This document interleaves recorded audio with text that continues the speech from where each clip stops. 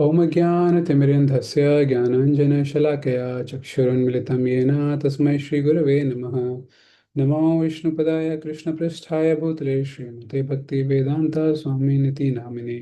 नमस्ते सरस्वते देवे गौरवाणी प्रचारिणे निर्विशेषाय शून्यवादी पाश्चात्यदेशतारिणे। जय श्री कृष्ण चैतन्य प्रभु नित्यानंद श्री अद्वैत गदाधर श्रीवासादि गौर भक्तवृंदा। हरे कृष्णा कृष्णा कृष्णा हरे हरे, हरे राम राम राम हरे हरे। ओके, तो आप सभी का स्वागत है हमारे इस डेली रामायणा सेशन में। और हम लोग किष्किंधा कांड को डिस्कस कर रहे हैं और फिलहाल चैप्टर नंबर 12 चल रहा है। और चैप्टर नंबर 12 में कहाँ पे थे हम? कि पहली बार भगवान राम सुग्रीव को कन्विंस कर देते हैं कि भाई जाके तुम उकसाओ वाली को और उससे लड़ाई करो, और फिर उस दौरान मैं छिपके वाली को मार दूंगा। लेकिन फिर तभी वहां पे क्या है, सुग्रीव और वाली दोनों देखने में एक जैसे लगते हैं, इसलिए एंड टाइम पे भगवान राम अपना प्लान चेंज कर देते हैं और भगवान राम वाली को नहीं मारते। फिर उसके बाद वाली बहुत ताकतवर है, सुग्रीव से तो ज्यादा ताकतवर है। तो वाली जो है वो फिर मतलब सुग्रीव हारने लग जाते हैं, तो डर के मारे सुग्रीव फिर अपने उधर ही मतंग ऋषि वाला जो एरिया है वहां पे भागने लगते हैं। वाली पीछे पीछे आता है, लेकिन जैसे ऋषिमुख पर्वत के नजदीक आता है वो वहां पे रुक जाता है। ठीक है, फिर उसके बाद राम लक्ष्मण हनुमान जी और बाकी के जो सचिव होते हैं सुग्रीव के, वो सब भी आते हैं फिर पीछे पीछे। और बेचारे ये लहूलुहान हो रखे हैं सुग्रीव। तो फिर सुग्रीव बेचारे फ्रस्ट्रेट भी हो रहे होते हैं, क्रोध भी आ रहा होता है उनको। वो फिर इनसे बोलते हैं भगवान राम को कि आपने ऐसा क्यों किया मेरे साथ?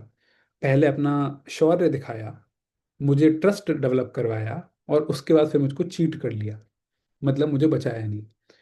अब एक ये वाला जो चीज़ है, कल हम उस वाले पॉइंट को नहीं डिस्कस कर पाए थे, यहाँ से एक लेसन और हम सीख सकते हैं। वो है ये कि आजकल के टाइम पे आप देखते होंगे कि कितने सारे स्कैम हो जाते हैं हम लोगों के साथ ना। स्कैम में भी क्या होता है, सबसे पहले कोई भी व्यक्ति होता है, वो पहले हमारे ऊपर हमको ना ट्रस्ट, अपने ऊपर ट्रस्ट दिलवाता है कि अरे आप अगर ऐसा करोगे ना तो ये वाली स्कीम है, इस स्कीम में ना अगर आप ऐसे ऐसे करोगे आपको ये फायदा हो जाएगा। बस आपको इतना सा 100 रुपये देने हैं, फिर उसके बाद आपका ये फायदा हो जाएगा, आपको इतने रुपए का प्रॉफिट हो जाएगा, ये हो जाएगा। ऐसे ही तो करते हैं स्कैम वाले। और फिर जब हमारा उनके ऊपर बहुत ट्रस्ट बिल्ड हो जाता है, विश्वास आ जाता है, उसके बाद लास्ट मोमेंट पे वो छोड़ के हमको धोखा दे देते हैं। सेम चीज यहाँ पे थोड़ा सा आप इसको दूसरे सेंस में देखिएगा। एक तरह से देखा जाए, भगवान राम ने कुछ कुछ वैसे ही किया है। पहले सुग्रीव के सामने ट्रस्ट डेवलप करवा लिया, और फिर उसका लास्ट मोमेंट पे भगवान राम ने उसको हेल्प नहीं की। लेकिन ये नेगेटिव सेंस में है, भगवान राम का दूसरा पर्पस था जो हमको बाद में पता चलेगा क्या पर्पस था। लेकिन हमको सतर्क रहना चाहिए। यहाँ से हम इसका जो ऑपोजिट एंगल है, जो कॉन्ट्रास्टिंग व्यू है, वो हम सीख सकते हैं। ये वाला कि आज का जो स्कैम जो होते हैं ना, तो इसलिए हम किसी पे भी ट्रस्ट कर रहे हैं, हर कोई भगवान राम की तरह नहीं होता। आप बाद में देखोगे भगवान राम पे जो सुग्रीव ने ट्रस्ट किया है ना, उसका कितना फायदा मिलेगा सुग्रीव को। तो भगवान राम ने चीट नहीं किया है सुग्रीव को। लेकिन हर कोई भगवान राम जैसा नहीं होता, लोग हमारे ऊपर स्कैम कर देते हैं, हमको चीट कर देते हैं। इसलिए हमको अपना विश्वास औरों पे बहुत ही कॉशियसली, बहुत ही ध्यानपूर्वक करना चाहिए किसी और पे। ये एक इंपॉर्टेंट लेसन हम सीख सकते हैं। ओके, फिर उसके बाद फिर भगवान राम दोबारा से बोलते हैं सुग्रीव को। हाँ, भगवान राम ना फिर प्रेम से समझाने की कोशिश करते हैं कि देखो, अगर तुम मर जाते गलती से, तो फिर ना तुम्हारी भला होता ना मेरी भला होता, हम दोनों के काम नहीं हो पाते। ये सब समझाने के बाद फिर उसके बाद भगवान श्री राम इनको सुग्रीव को फिर आगे का कुछ कुछ बताते हैं। तो अभी हम वो वाली स्क्रीन में शेयर करता हूँ।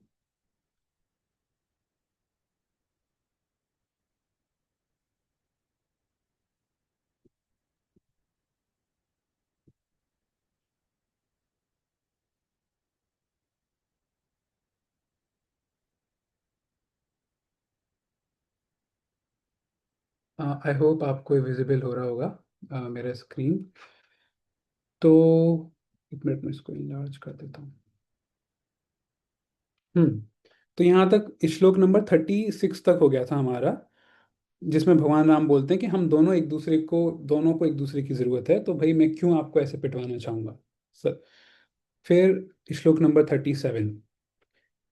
एतन्मुहूर्ते तु मया पश्यवालीन माहवे निरस्तमिषूणैकेन चेष्टमानं महीतले।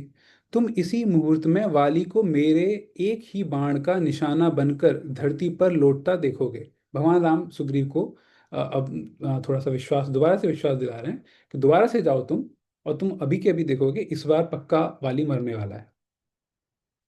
फिर अभिज्ञानम कुरुष्व त्वमात्मनो वानरेश्वर येन त्वां भिजानीयाम द्वंद्वयुद्धमुपागतम।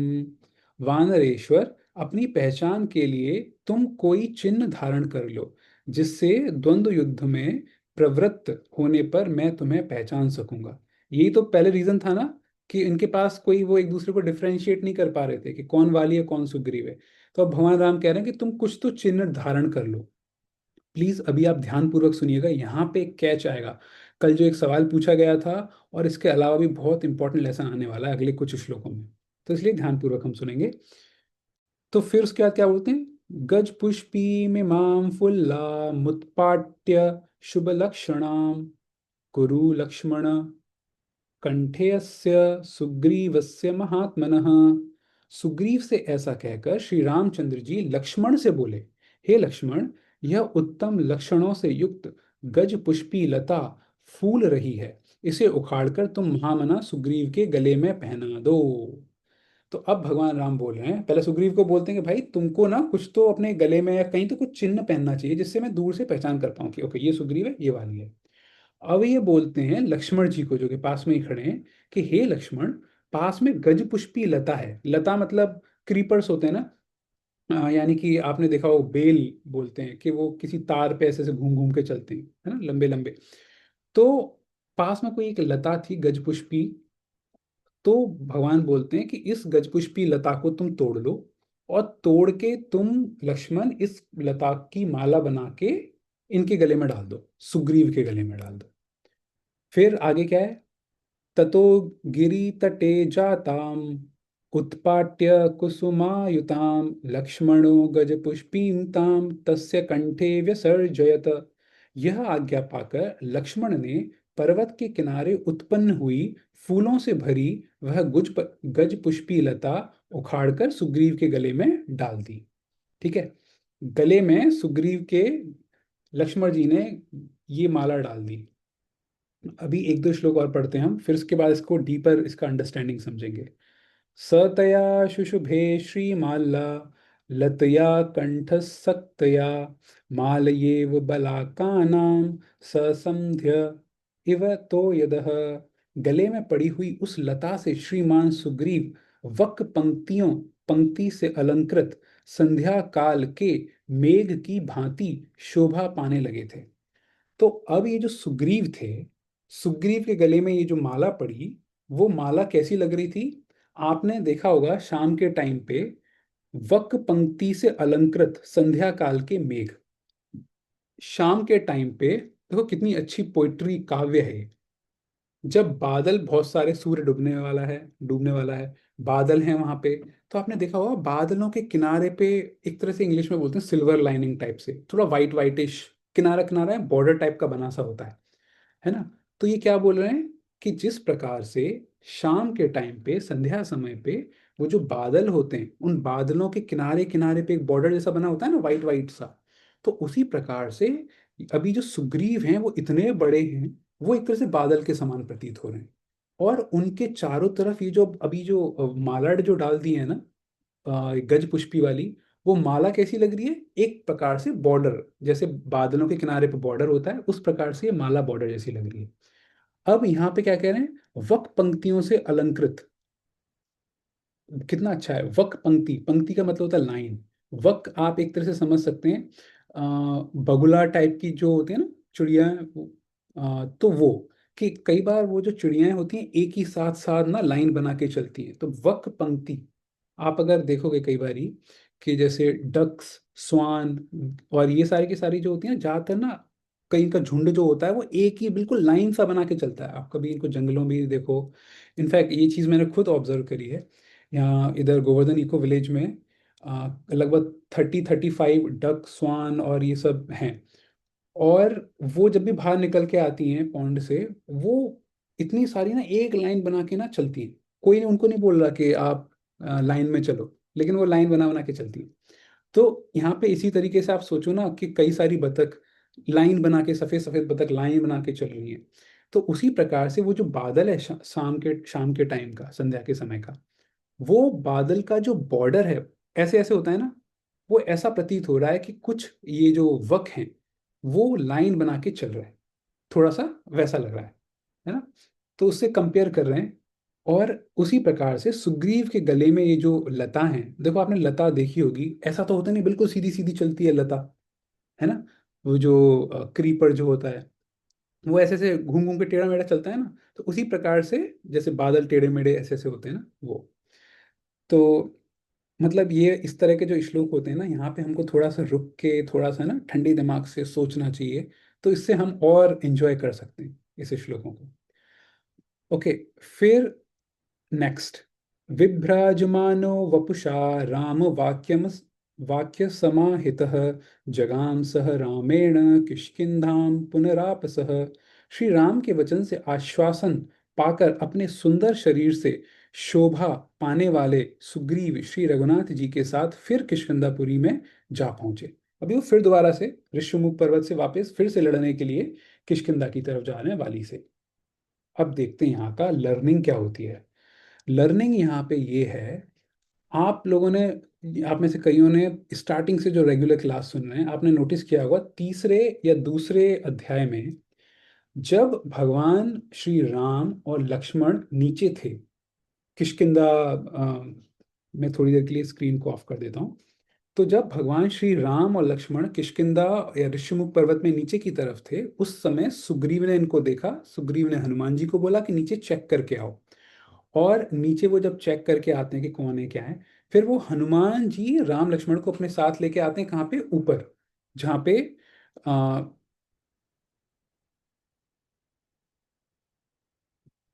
ओके। तो फिर वो अपने साथ लेके आते हैं जहाँ पे ऊपर सुग्रीव बैठे हैं। अब उधर क्या होता है, सुग्रीव उस समय एक पेड़, एक ऐसे पेड़ का पत्ता या फिर पेड़ की डाली तोड़ते हैं जिसपे बहुत सारे पत्ते होते हैं। और वो डाली तोड़ के भगवान को, किसको देते हैं, भगवान श्री राम को, कि भगवान राम आप बैठ जाइए। भगवान राम को दे दिया। उसके बाद वो क्या, खुद भी उधर ही बैठ जाते हैं। लेकिन वो एक गलती करते हैं। उस समय हमने बहुत ध्यान से उस वाले पॉइंट को समझा था। गलती वो क्या करते हैं, वो भगवान राम के साथ भगवान राम के भाई लक्ष्मण जी को सीट नहीं देते बैठने के लिए। लक्ष्मण जी की तरफ देखते तक नहीं है, देखा तो होगा लेकिन उनके बारे में कुछ नहीं सोचा। भगवान राम को सीट दी और बगल में खुद भी बैठ गए। लेकिन उस दौरान बुद्धिमानी का काम किसने किया, हनुमान जी ने। हनुमान जी ने सोचा कि कहीं अपराध ना हो जाए, राम के छोटे भाई हैं, उनको सीट दी नहीं और बगल में खुद जाके बैठ गए सुग्रीव। तो जो तुरंत की तुरंत हनुमान जी फिर वो चंदन की लकड़ी लाके लक्ष्मण जी को देते हैं कि आप भी यहाँ पे बैठिए। एक बार वहां पे गलती करी थी, तो एक तरह से अपराध किया था लक्ष्मण के प्रति। उस समय लक्ष्मण जी तो खैर कुछ बोले ही नहीं, राम भगवान ने भी कुछ नहीं बोला था। ठीक है। उसके बाद आई थिंक एक अध्याय के बाद हमने फिर दोबारा से देखा था, सेम गलती सुग्रीव दोबारा से करते हैं।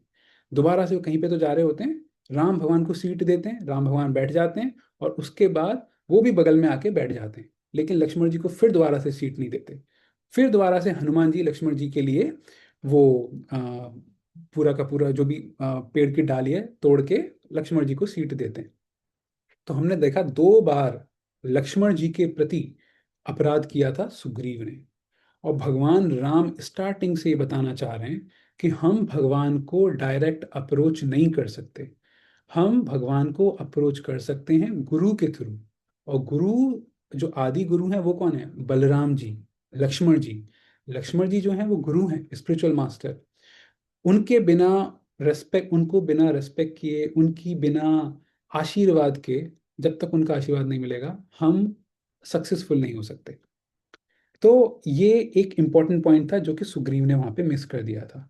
और हमने वहां पे एक चीज ये भी देखी थी कि जब कभी कोई एक इम्पॉर्टेंट व्यक्ति आपके घर पे आता है, तो आप, ऐसा नहीं है कि आप केवल उस व्यक्ति को ही रेस्पेक्ट करते हो, उस व्यक्ति के साथ कोई रिलेटिव भी आया है, या उसका, जैसे हमने देखा था ना कि सपोज करो कोई एक अच्छा इंपॉर्टेंट व्यक्ति आया है घर पे, कार में आया है, तो आप उसके कार का जो ड्राइवर है उसको भी चाय नाश्ते का कुछ तो पूछते हो ना, कुछ तो नाश्ते पानी का। उसी तरीके से यहाँ पे है कि जब यहाँ पे भगवान राम हैं, उनके भाई को आप इस तरह से कैसे नजरअंदाज कर सकते हो? तो इसलिए वहां पे जो अपराध किया, राम भगवान ने कुछ बोला नहीं, लेकिन उसका लेसन सुग्रीव को देने के लिए अब यहाँ पे वो एक तरह से बता रहे हैं। वो क्या कह रहे हैं कि सुग्रीव तुम लक्ष्मण के द्वारा इस माला को अपने गले में पहनो। भगवान चाहते तो ये भी बोल सकते थे कि देखो गजपुष्पी वाली ये जो वो पड़ी हुई है ना लता, इसको तोड़ो यहाँ से और इसको बांध के अपने गले में डाल लो। भाई इतना कोई टफ कार्य तो है नहीं, इजीली कर सकते हैं। लेकिन और दूसरा चीज क्या कर सकते थे, वो खुद भी उसको तोड़ के सुग्रीव को पहना सकते थे। लेकिन उन्होंने वैसा नहीं किया। उन्होंने सुग्रीव से कहा कि लक्ष्मण के द्वारा आप इसको पहनो। यानी कि क्या है कि आप लक्ष्मण की ब्लेसिंग्स लो, आप लक्ष्मण का आशीर्वाद लो। पहली बार में आपने गलती करी थी, इसलिए आप वाली से पिट गए। क्यों? क्योंकि आपने गुरु का अपराध किया था। जो कि लक्ष्मण जो हैं, लक्ष्मण या बलराम जी जो हैं, वो गुरु को दर्शाते हैं, आदि गुरु। तो गुरु का अपराध करके आप सक्सेसफुल नहीं हो सकते। तो इसलिए इस बार आप जाओ और आप गुरु की ब्लेसिंग्स लेके जाओ, लक्ष्मण के द्वारा दी गई माला को पहन के जाओ, फिर आप इस बार सक्सेसफुल होंगे। ये उनका मैसेज था भगवान राम का लक्ष्मण के लिए। तो आप देखिए ये, और उसमें एक और डीपर चीज ये भी है कि बेसिकली होता क्या है कि जब हम अपने आप से, अपने हाथों से माला पहनाते हैं किसी को, तो एक तरह से एक्चुअल में शास्त्रों के हिसाब से ये है कि हम सामने वाले के लिए प्रे कर रहे हैं। जैसे हमने माला, जैसे लक्ष्मण जी ने माला पहनाई सुग्रीव को, तो यानी कि सुग्रीव अंदर से प्रे कर रहे हैं कि हे भगवान, मैं जिसको माला पहना रहा हूँ वो उसका भला हो, वो सक्सेस करे आगे, है ना, उसको सफलता मिले। अंदर से एक शुभकामना वाली इच्छा है, कोई जेलसी नहीं, कोई ईगो नहीं, बहुत ही अंदर से शुभ विचार हैं सामने वाले के प्रति। और दूसरी चीज क्या है, एक प्रकार से अगर व्यक्ति थोड़ा पावरफुल है तो वो अपनी शक्तियां भी प्रदान कर रहा है उस माला के थ्रू, कि चलो मैं अपनी शक्तियां भी आपको दे रहा हूँ कि मेरा आशीर्वाद हमेशा तुम्हारे साथ रहे, और आगे जाके ना टफ कार्य में भी तुम सफल हो जाओ। अब आप देखो वैदिक काल में अभी भी और कहाँ पे माला पहनाई जाती है, कई जगह पे पहनाई जाती है। जैसे कि अगर आप देखोगे कि कई बार जब कथा होती है, आपने देखा होगा, तो व्यास आसन पे जो बैठे होते हैं उनको भी माला पहनाई जाती है ना, कोई भक्त या कोई, एक तरह से जहाँ पे जितने ऑडियंस हैं, ऑडियंस का एक रिप्रेजेंटेटिव आके उनको माला पहनाता है। इसका मतलब क्या है? इसका मतलब ये है कि हम सारे के सारे ऑडियंस मिलके, हम सारे के सारे श्रोतागण मिलके ये प्रे करते हैं कि आप जो कि अब यहाँ बैठ के कथा कहने वाले हो, भगवान आपको शक्ति दे कि आप अच्छे से कथा सुना पाओ हमें भगवान की। ये उसका मतलब है। ठीक है। और कहाँ पे माला डालते हैं गले में? शादी के टाइम पे, है ना। शादी के टाइम पे हस्बैंड और वाइफ वो एक दूसरे को माला देते हैं, माला पहनाते हैं। उसका मतलब भी क्या है? हस्बैंड अगर माला पहना रहा है वाइफ को, तो वो कह रहा है कि देखो एक तरह से ना मैं अंदर से शुभ कामनाएं दे रहा हूँ, अंदर से इच्छाएं कर रहा हूँ कि आप हमेशा खुश रहो, हमेशा आगे बढ़ते रहो, प्रॉस्पेर करो। इधर से पत्नी भी जब माला पहना रही है, वो भी अंदर से ही चाह कर रही है। ये हमारा वैदिक टाइम पे इस तरह से होता था।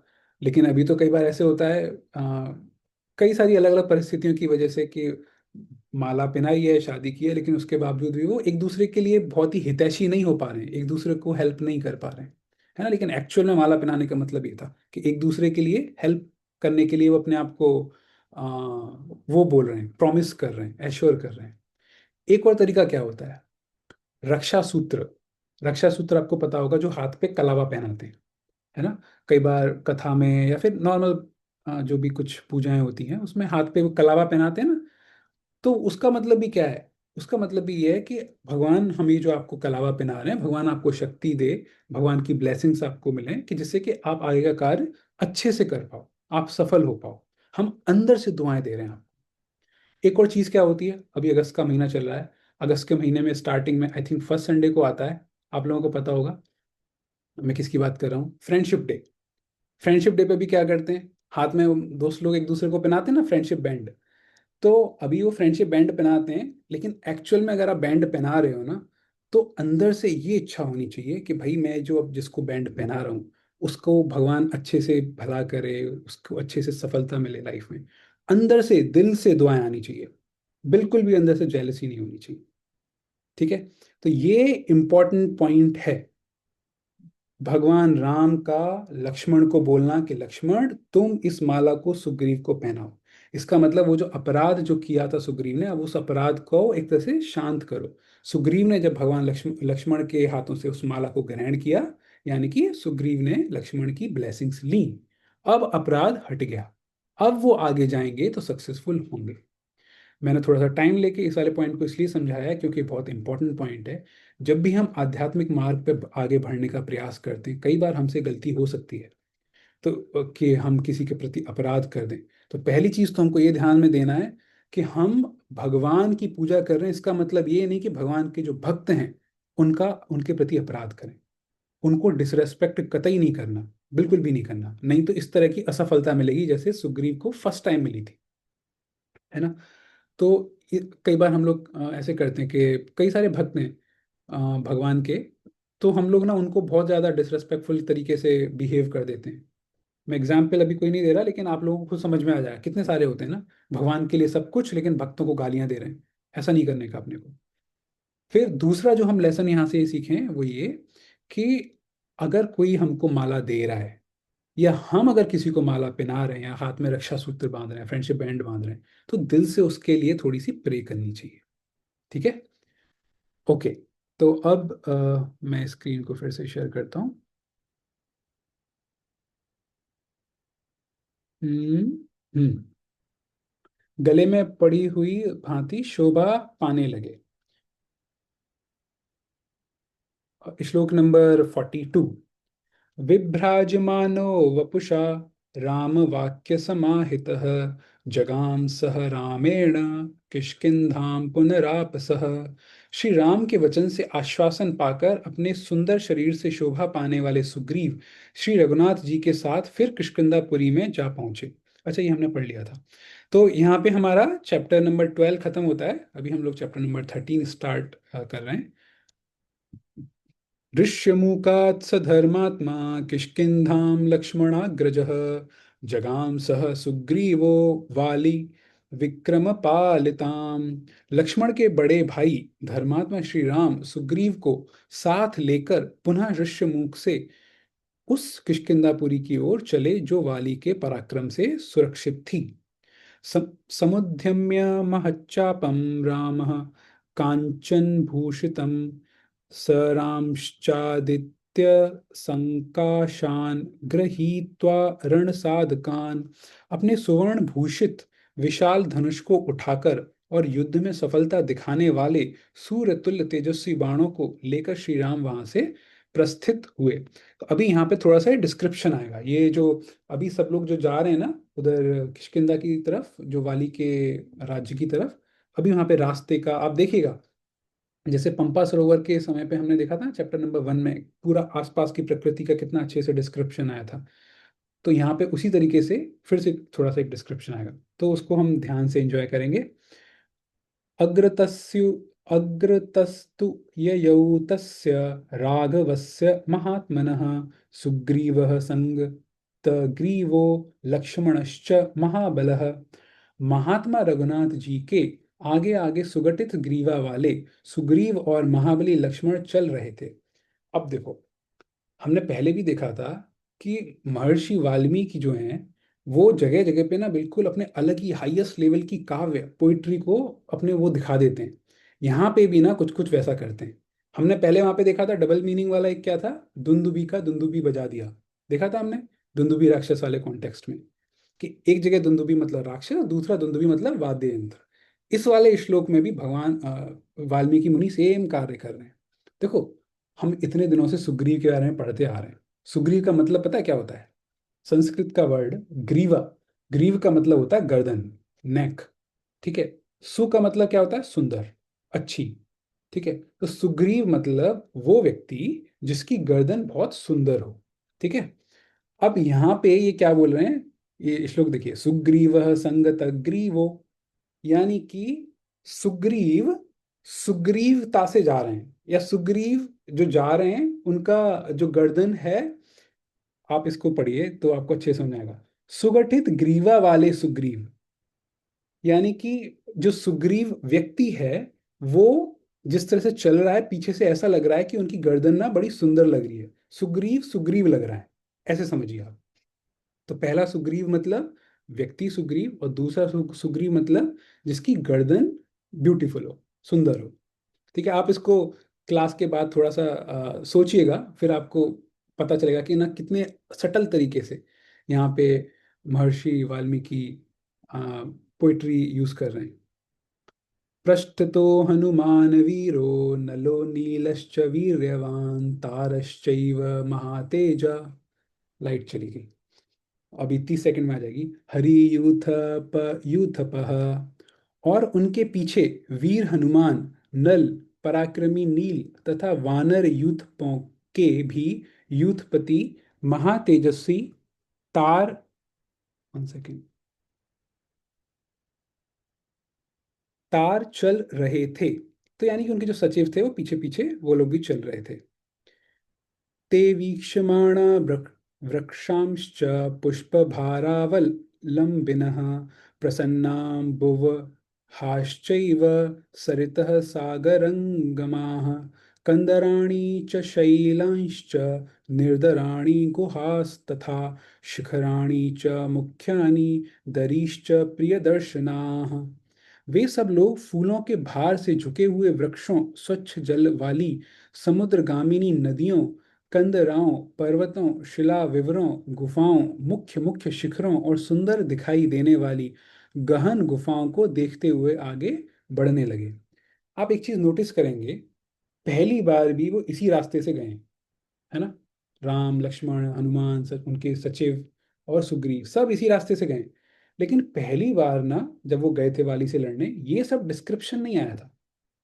कोई भी इतना डिस्क्राइब कर ही नहीं रहे थे कि वहां पे आसपास की प्रकृति कैसी है, सुंदर सुंदर है, कुछ नहीं। लेकिन इस बार ये अच्छे से डिस्क्राइब कर रहे हैं। तो एक तरह से आप ये इसको देख सकते हैं कि पहली बार ना वो लोग वहां पे गए तो उनके दिमाग में ठीक है थोड़ा सा संशय भी होगा शायद सुग्रीव के दिमाग में, या जो भी है। लेकिन इस बार ना कॉन्फिडेंस का लेवल इतना ज्यादा है कि वाली से लड़ने जा रहे हैं, लेकिन फिर भी रास्ते में इस समय पे जो रास्ते में सुंदर जो प्रकृति दिख रही है उस पे भी हम ध्यान दे रहे हैं। कई बार क्या होता है, आप ऐसे सोचो, सपोज करो आप कोई बहुत ही कॉम्पिटिटिव एग्जाम है, या फिर 10th का 12th का एग्जाम है सुबह 8 बजे, आप वो एग्जाम लिखने जा रहे हो। तो कई बार हम क्या करते हैं ना, इतने फोकस के साथ जाते हैं ना, सुबह सुबह किसी से बात नहीं करेंगे, शांति से जाएंगे, कोई हमसे कुछ बोले नहीं, कुछ डिस्टर्ब नहीं होना, जिससे कहीं हम डिस्टर्ब ना हो जाएं, है ना, क्योंकि हमको फोकस है उस एग्जाम का। यहाँ पे देखो, अच्छा, अगर कोई व्यक्ति इतना कॉन्फिडेंट है कि वो वहां पे जाके एग्जाम का उसको इतने अच्छे से आता है, तो वो इतना नहीं मतलब फोकस करेगा। कई सारे लोग होते हैं वो बिल्कुल उन्हें कोई चिंता नहीं है, एग्जाम भी अच्छे से करके आएंगे और सुबह सुबह भी न्यूज़पेपर भी पढ़ के जाएंगे, सबसे बात करते हुए जा रहे हैं, और नहीं तो न्यूज़ व्यूज़ भी पढ़ के टीवी देख के जाएंगे, और फिर भी पेपर भी अच्छा करके आएंगे। उन लोगों को कॉन्फिडेंस होता है कि हम एग्जाम बहुत अच्छे से कर लेंगे। यहाँ पे वही हाल है। यहाँ पे पहले भी इसी सुंदर रास्ते से निकल के जा रहे थे, लेकिन पहले थोड़ा सा ये डिस्क्रिप्शन नहीं हुआ, लेकिन अभी इस लेवल का कॉन्फिडेंस है यहाँ पे कि इस बार तो पक्का वाली की मृत्यु होने वाली है, सुग्रीव पक्का विजयी होने वाले हैं। तो अभी तो इतने इसलिए आराम से आसपास की गुफाएं, वृक्ष और ये सारे के सारी नदियां, इन सबको डिस्क्राइब करते हुए आराम से एंजॉय करते हुए जा रहे हैं। तो हम आज का क्लास यहीं तक रखते हैं, श्लोक नंबर 6 तक। ठीक है, बाकी हम लोग कल देखते हैं। मैं यहाँ पे, अब आप लोग अपने आप को अनम्यूट कर सकते हो। तो स्नेहदीप, आपका जो कल का सवाल था, आपको आई होप उसका आंसर मिल गया होगा कि भगवान ने वाली को क्यों नहीं उस समय मारा था। इसलिए नहीं मारा था क्योंकि वो सुग्रीव को ये लेसन देना चाह रहे थे कि सुग्रीव आपने वहां पे अपराध किया था, उस अपराध का प्रायश्चित करिए, या एक तरह से उस अपराध से बाहर निकलिए, गुरु की प्रति अपराध किया है उसको पहले न्यूट्रलाइज करिए। ये था उसका आंसर, है ना। आई होप मिल गया होगा आपको। ओके, तो आज की क्लास से रिलेटेड किसी को कुछ और कोई प्रश्न है तो अनम्यूट करके पूछ सकते हैं।